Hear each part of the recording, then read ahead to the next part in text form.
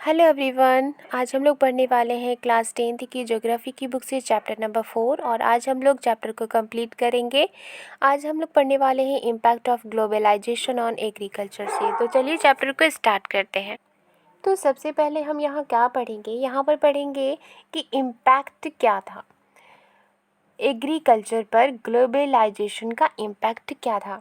तो सबसे पहले ये जानेंगे कि आखिर ग्लोबलाइजेशन होता क्या है। तो मान लीजिए ये एक भौगोलिक क्षेत्र है और ये एक भौगोलिक क्षेत्र है। यहाँ के प्रोडक्ट यहाँ सेल की जाती है और यहाँ की प्रोडक्ट यहाँ सेल की जाती है। अब ऐसा नहीं है कि ये एरिया सिर्फ इस एरिया में अपने प्रोडक्ट को सेल करती है, ये दूसरे एरिया में भी इस अपने प्रोडक्ट को सेल करती है और ये अपने प्रोडक्ट को दूसरे एरिया में सेल करती है। तो इसे ही कहते हैं ग्लोबलाइजेशन। राइट, आई होप आपको समझ में आ गई है।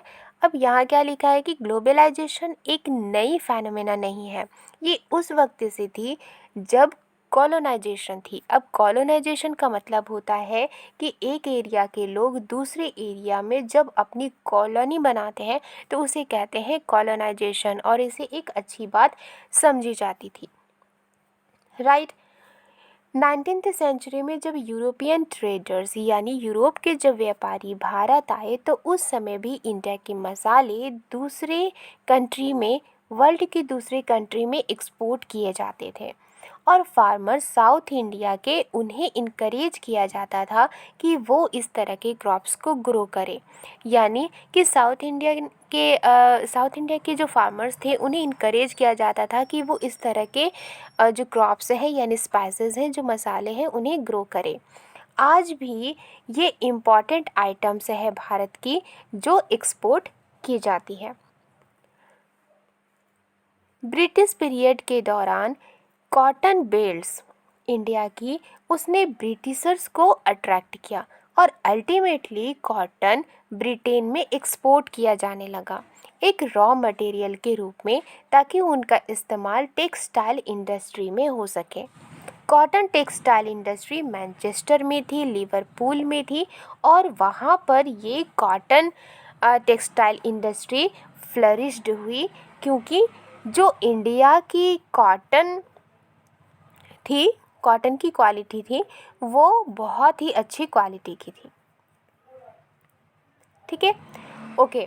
आगे लिखा है कि आपने चंपारण मूवमेंट के बारे में पढ़ा होगा। अब चंपारण मूवमेंट कब स्टार्ट हुई थी? 1917 को स्टार्ट हुई थी बिहार में और ये इसलिए स्टार्ट हुई थी क्योंकि फार्मर्स को अपने रीजन में फोर्स किया जाता था कि वो सिर्फ और सिर्फ इंडिगो ही ग्रो करे अपने ज़मीन पर, क्योंकि ये एक इम्पॉर्टेंट एक ज़रूरत थी टेक्सटाइल इंडस्ट्री के लिए, जो कि ब्रिटेन में लोकेटेड थी। यानी ब्रिटेन में जो इंडस्ट्री थी वहाँ पर टेक्सटाइल इंडस्ट्रीज़ के लिए इंडिगो इम्पॉर्टेंट थी, बहुत ज़रूरी थी। इसलिए भारत के किसानों को ये कहा जाता था कि वो अपने ज़मीन पर सिर्फ इंडिगो को ही ग्रो करें और इस वजह से जो किसान थे वो अनेबल थे, वो फूड ग्रेन भी यानी अनाज अपनी फैमिली के लिए भी ग्रो नहीं कर पा रहे थे, क्योंकि ब्रिटिशर्स के तरफ से उन्हें फोर्स किया जाता था कि वो सिर्फ और सिर्फ इंडिगो ही ग्रो करें। Okay, under globalisation particularly after 1990 यानी 1990 के दौरान जो फार्मर्स थे इंडिया के, उन्हें एक्सपोज करने लगे, यानी कि उन्हें नए नए चैलेंजेस का सामना करना पड़ रहा था। Despite being an important producer of rice, cotton, rubber, T, coffee, jute and spices, our agricultural products are not able to compete with the developed countries because of the highly subsidized agriculture in those countries। हालांकि हमारी जो country है वो बहुत ही important producer है, यानी कि हमने पहले पढ़ा था कि rice, cotton, rubber, T, coffee, jute और स्पाइसेस के क्षेत्र में वो दूसरे नंबर पर है, पहले नंबर पर है, किसी किसी क्रॉप्स में वो पहले नंबर पर है और किसी किसी क्रॉप्स में वो सेकंड नंबर पर है। इतना इम्पॉर्टेंट प्रोड्यूसर होने के बाद भी वो वर्ल्ड के दूसरे जो कंट्रीज़ है उससे compete नहीं कर पा रही। क्यों compete नहीं कर पा रही? क्योंकि उस जगह के यानी डेवलप्ड कंट्रीज़ में जो किसानों को हाईली सब्सिडी दिया जाता है, लेकिन भारत में किसानों को हाई सब्सिडी नहीं दी जाती, जिसकी वजह से जो क्रॉप्स हैं वो दूसरे डेवलप्ड कंट्रीज से compete नहीं की जा रही हैं। ठीक है, आगे लिखा है कि इंडियन एग्रीकल्चर चौराहे पर खड़ी है। एग्रीकल्चर को सक्सेसफुल बनाने के लिए, प्रॉफिटेबल बनाने के लिए प्रॉपर थ्रस्ट दिया जाना चाहिए, ताकि जो कंडीशन है हमारे स्मॉल फार्मर्स की, उनमें सुधार हो सके, उनके मार्जिनल में सुधार हो सके। Right, the green revolution promised much. जो ग्रीन रेवोल्यूशन थी उसने बहुत सारे वादे किए थे। अब ग्रीन रेवोल्यूशन में क्या हुआ था कि बहुत सारे जो फर्टिलाइज़र्स है, केमिकल फर्टिलाइज़र, उनका यूज़ किया जाने लगा था, और जिससे कि जो क्वालिटी थी सॉइल की वो डिक्रीज़ होने लगी थी। But today it's under controversies. लेकिन आज जो ये ग्रीन रेवोल्यूशन है वो अंडर कंट्रोवर्सीज है। It is being alleged that it has caused land degradation. इसकी वजह से क्या हुआ कि लैंड डिग्रेडेशन होने लगी due to over use of chemical. क्यों? क्योंकि केमिकल का ओवर यूज़ होने लगा था। Drying aquifers and vanishing biodiversity. Drying aquifers का मतलब होता है जो धरातल में जो पानी है उनमें कमी आने लगी, क्योंकि जब हम केमिकल का ज़्यादा यूज़ करते हैं पेड़ पौधों में तो उन्हें पानी की ज़्यादा ज़रूरत होती है। तो जो धरातल के अंदर की जो पानी है उन्हें पंप के जरिए निकाला जाता था, तो इससे जो धरातल का पानी है वो सूखने लगा। एंड वैनिशिंग बायोडाइवर्सिटी, और इसकी वजह से जो बायोडाइवर्सिटी है वो वैनिश होने लगी। The keyword today is gene revolution which includes genetic engineering. आज एक कीवर्ड यूज़ किया जाता है जीन रेवोल्यूशन, जो जिसमें इंक्लूड होता है जेनेटिक इंजीनियरिंग। इसका मतलब क्या होता है? इसका मतलब होता है कि कुछ ऐसे प्रोसेस करके जो बीज होते हैं उनमें हाइब्रिड वैराइटीज़ की बीज बनाया जाता है, जिससे जो फसल है वो अच्छी तरह से ग्रो हो सके और उनमें से हमें ज़्यादा फसल मिले। राइट, तो यहाँ लिखा हुआ है genetic engineering is recognised as a powerful supplement. तो जेनेटिक इंजीनियरिंग क्या है? उन्हें पहचान मिली है एक पावरफुल सप्लीमेंट के रूप में in inventing new hybrid varieties of seeds. जो इन्वेंट करती है क्या? नई हाइब्रिड वैराइटीज़ ऑफ सीड्स, यानी बीज के जो हाइब्रिड वैराइटीज़ होते हैं उन्हें इन्वेंट करती है। ओके ओके, आगे लिखा है कि in fact organic farming is much in vogue today because it is practised without factory made chemicals such as fertilisers and pesticides. जो आजकल इनफैक्ट ऑर्गेनिक फार्मिंग जो है आजकल चलन में है, क्योंकि ये बिना फैक्ट्री में बने हुए केमिकल, यानी जो केमिकल्स बनती है फैक्ट्री में, इनके बिना भी ये ग्रो होती है, सच एज फर्टिलाइज़र्स, जैसे कि फर्टिलाइज़र्स हो गए एंड पेस्टिसाइड्स हो गए। तो फैक्ट्री में क्या बनते हैं? फर्टिलाइज़र बनते हैं जिनमें केमिकल्स होते हैं, और पेस्टिसाइड्स जैसे कि कीड़े मकोड़ों को मारने की जो दवा होती है उनको यूज़ किया जाता है। तो इनके बिना भी ऑर्गेनिक फार्मिंग होती है। Hence it does not affect environment in a negative manner. और ये क्या करती है कि ये गलत तरीके से एनवायरनमेंट को अफेक्ट भी नहीं करती।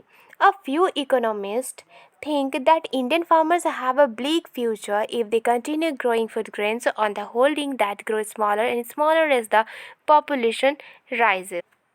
कुछ इकोनॉमिस्ट हैं वो ये सोचते हैं कि इंडियन फार्मर्स के जो फ्यूचर है वो अंधकारमय है अगर वो कंटिन्यू फूड ग्रेन्स को ग्रो करेंगे on the holdings that grow smaller and smaller as the population rises. तो जिस तरह से पॉपुलेशन राइज हो रही है उस हिसाब से अगर देखा जाए तो कुछ इकोनॉमिस्ट ये सोचते हैं कि जो इंडियन फार्मर्स हैं उनके फ्यूचर अंधकार में है। India's rural population is about 600 million. ऐसे वो क्यों सोचते हैं? क्योंकि इंडिया की जो रूरल पॉपुलेशन है वो लगभग 600 मिलियन है, which depends upon 250 million approximate hectares of agriculture land, जो कि पूरी तरह से 250 यानी 250 मिलियन हेक्टेयर एग्रीकल्चरल लैंड पर डिपेंड है। An average of less than half a hectare पर पर्सन। और क्या ये है? ये एक एवरेज है, हाफ अ हेक्टेयर से भी कम पर पर्सन के हिसाब से। राइट, यानी कि पर पर्सन के हिसाब से जो 1 हेक्टेयर हाफ अ हेक्टेयर से भी कम एवरेज है, तो उस पर ये डिपेंड है। आगे लिखा है कि Indian farmers should diversify their cropping pattern from cereals to high value crops. यहाँ लिखा है कि जो इंडियन फार्मर्स हैं उन्हें डाइवर्सिफाई करनी चाहिए अपनी क्रॉपिंग पैटर्न को सीरियल से हाई वैल्यू क्रॉप्स की तरफ। This will increase incomes and reduce environmental degradation simultaneously. तो इससे क्या होगा कि इससे इनकम भी इंक्रीज़ होगी और इन्वायरमेंटल जो डिग्रेडेशन है वो भी कम होगी। Because fruits, medicinal herbs, flowers, vegetables, biodiesel crops like jatropha and jojoba need much less irrigation than rice or sugar। क्योंकि जो फ्रूट्स हैं, मेडिसिनल हर्ब्स है, फ्लावर्स है, वेजिटेबल्स है, बायोडीजल क्रॉप्स है, जैसे कि जैट्रोफा एंड जोजोबा, उन्हें बहुत ही कम पानी की ज़रूरत होती है, उन्हें बहुत ही कम इरिगेशन की ज़रूरत होती है राइस और शुगर केन के मुकाबले। India's diverse climate can be harnessed to grow a wide range of high value crops.